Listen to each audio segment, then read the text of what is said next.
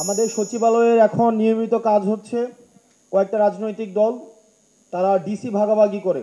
ও যে আমরা একটা মিম দেখতাম না যে এই 2 বান্ডেল আমার, এই 2 বান্ডেল তোমার, এই 1 বান্ডেল আমার, ওইটা 1 বান্ডেল, সমান সমান। এখন সচিবালয়ে বসে এভাবে ডিসি ভাগাভাগি চলছে বিভিন্ন রাজনৈতিক দলের মধ্যে। যেমন চিটগংয়ের আমি ডিসি দিব, তাহলে উত্তরবঙ্গের 2টা ডিসি আমাকে ছাড়তে হবে। যদি রংপুরের ডিসি ছাড়ি তাহলে আমাকে খুলনার ডিসি ছেড়ে দিতে হবে।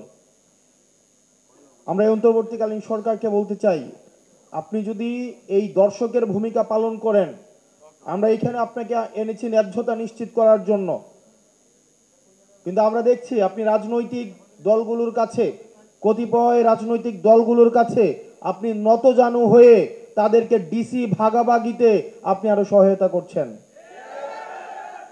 দ্বিতীয়ত, একটা ইলেকশন ইঞ্জিনিয়ারিং এর দিকে আবার আমরা যাচ্ছি।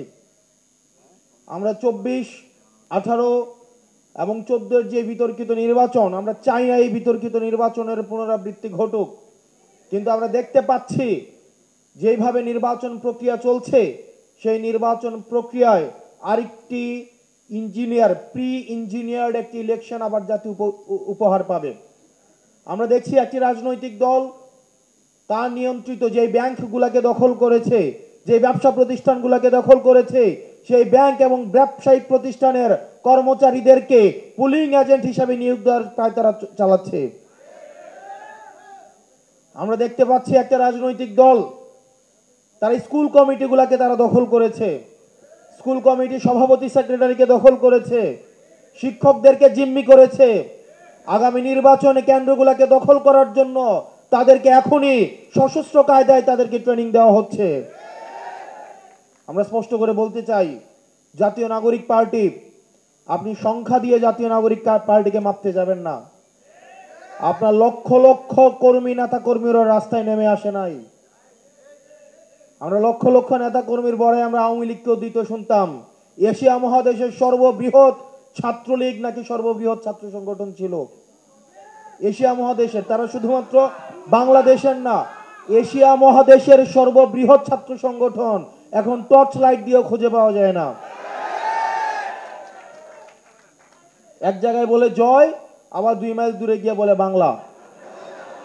নিজেরা দৌড়ের উপরে থাকে, ব্যানারটা নিয়ে দৌড়ের উপরে থাকে, ব্যানার 4 জনে মিলে ধরার লোক নাই, একজন ধরে ব্যানারটা নিয়ে দৌড়ায়, আবার বলে যে হাসিনা তোমার ভয় নাই, রাজপথ ছাড়ি নাই।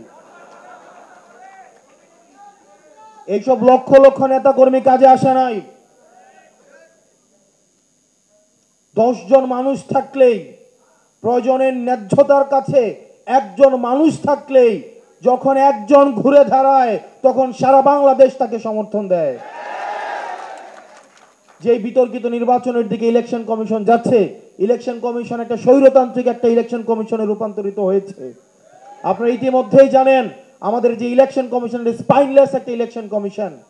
এই ইলেকশন কমিশনকে গনিমতের মাল হিসেবে নাসিরউদ্দিন ভাই ইতিমধ্যে বলেছে, রাজনৈতিক দলগুলো ভাগাভাগি করে নিয়ে গিয়েছে।